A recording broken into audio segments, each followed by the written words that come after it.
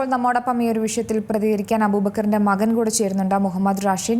ശ്രീ മുഹമ്മദ് റാഷിൻ, ഏറെ ഞെട്ടലുണ്ടാക്കുന്ന അല്ലെങ്കിൽ ചുരുളഴിപ്പിക്കുന്ന കുറേയധികം കാര്യങ്ങൾ തന്നെയാണ് ഈ കേസുമായി ബന്ധപ്പെട്ട് പുറത്തു വരുന്നത്. ഇപ്പോഴിതാ കൃത്രിമ തെളിവുണ്ടാക്കാൻ പോലീസ് ശ്രമിച്ചു എന്നതിനുള്ള ഒരു തെളിവ് തന്നെയാണ് ഈ ഒരു കേസിന്റെ അന്വേഷണത്തിന്റെ അവസാന ഘട്ടത്തിൽ മനസ്സിലാകുന്നത്.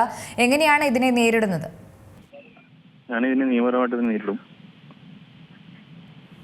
എന്താണ് യഥാർത്ഥത്തിൽ സംഭവിച്ചത് എന്ന് വ്യക്തമാക്കാമോ?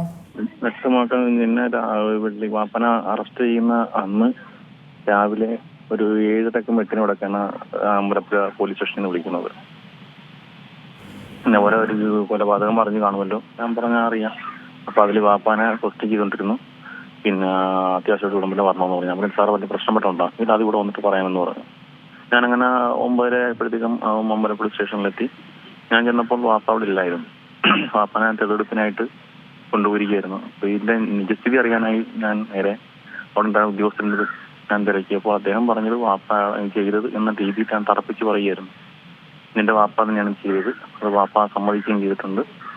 പിന്നെ വാപ്പ ചെയ്ത കാര്യങ്ങൾ എന്ന് പറഞ്ഞാൽ ഇവർ പറയുന്നത് നിയന്ത്രിച്ചിൽ നിന്ന് വയറ് ഉയർത്തിയതും പിന്നെ മുളക് പൊടി ഇട്ടതൊക്കെ വാപ്പ തന്നെയാണ്. അത് മാത്രമല്ല വാപ്പ അവരുടെ ഫോൺ അവിടെ നിന്ന് എടുത്തതിന് ശേഷം വാപ്പ നേരെ പള്ളി ലൊക്കേഷൻ ലാസ്റ്റ് കാണിച്ചത് ആ പരിസരത്ത് നിന്ന് പിന്നെ ഫോൺ സ്വിച്ച് ഓഫ് ചെയ്തതിന് ശേഷം വാപ്പ ആ ഫോൺ കൊണ്ടുവന്ന് പിന്നെ പള്ളിയുടെ അകത്തുകൊണ്ട് ഒളിപ്പിച്ചെന്നാണ് പറഞ്ഞത്.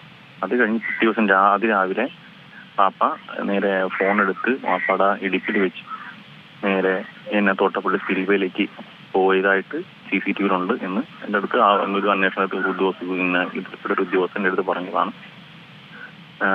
ഇപ്പൊ ആ വാപ്പ കൊണ്ട് കളഞ്ഞു എന്ന് പറയുന്ന ഫോണാണ്, ഒളിപ്പിച്ചെന്ന് പറയുന്ന ഫോണാണ് ഇപ്പൊ പ്രതിയായ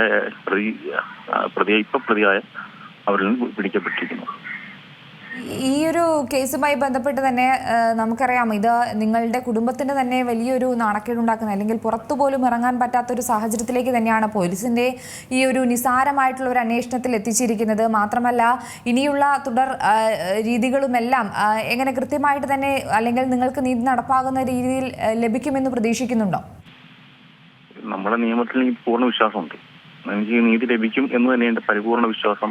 നീതി ലഭിക്കും എന്ന് തന്നെ വെച്ചാൽ വാപ്പ തെറ്റുകളൊന്നും ചെയ്തിട്ടില്ല എന്ന് ഇപ്പൊ തന്നെ നമുക്ക് അതിന്റെ ആ ഓരോ അപ്ഡേഷൻ വരുമ്പോഴും അറിയാൻ പറ്റുന്നതാണ്. തീർച്ചയായും ഈ ഒരു എന്താണ് പൊതുവെയുള്ളൊരു ഈ കള്ളന്മാരെ കുറിച്ച് അല്ലെങ്കിൽ ഇവരെ കൊന്ന ആളുകളെ കുറിച്ച് പോലീസ് ഇതുവരെ വെളിപ്പെടുത്തിയിട്ടൊന്നുമില്ല. അവരെ കുറിച്ച് എന്തെങ്കിലും അറിയാൻ പറ്റുമോ? ഇല്ല, ഞാൻ മണ്ണഞ്ചേരി സ്വദേശിയാണ്. ഈ സ്ഥലം പോതോട്ടപ്പള്ളി ഈ ഭാഗത്താണ്. എനിക്ക് ആ ഭാഗത്തായിട്ട് വലിയ ഇതില്ല, കോണ്ടാക്ട് ഇല്ലാത്തതാണ്.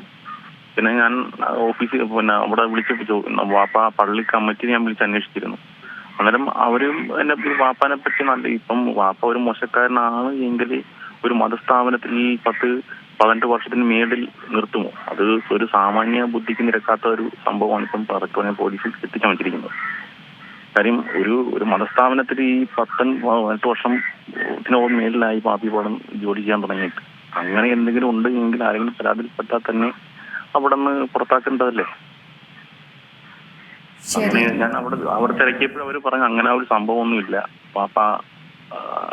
വാപ്പനെ പറ്റി അങ്ങനെ പരാതികളൊന്നും ഉണ്ടായിട്ടില്ല എന്നാണ് അവിടെ നിന്ന് അന്വേഷിച്ചത്. പക്ഷേ പോലീസ് എൻ്റെ അടുത്ത് പറഞ്ഞത് അവിടെ മൊത്തം വാപ്പനെ പറ്റി വേറെ രീതിയിലാണ് പറയുന്നത്, ഇവരെയും തമ്മിൽ നല്ല രീതിയിലുള്ള അടുപ്പമുണ്ട് എന്നാണ് പറയുന്നതെന്നാണ് എൻ്റെ അടുത്ത് പോലീസ്. പക്ഷേ ഞാൻ അവിടെ അന്വേഷിച്ചപ്പോഴത്തേക്ക് അങ്ങനെ ഒരു സംഭവമില്ല. അതുപോലെ TV റിപ്പോർട്ടർമാർ റിപ്പോർട്ട് ചെയ്യുന്ന ആളുകളും അവിടെ ചെന്ന് അന്വേഷിച്ചപ്പോൾ വാപ്പാനെ പറ്റി നല്ല അഭിപ്രായമാണ് അവരെല്ലാം പറയുന്നത്. വളരെയധികം നന്ദി അവസരത്തിൽ പ്രതികരിച്ചതിൽ. ഏറ്റവും പുതിയ വാർത്തകളും വിശേഷങ്ങളും വിരൽ തുമ്പിലറിയാൻ Zee മലയാളം ന്യൂസ് എല്ലാ ഡിജിറ്റൽ പ്ലാറ്റ്ഫോമുകളിലും ലഭ്യം.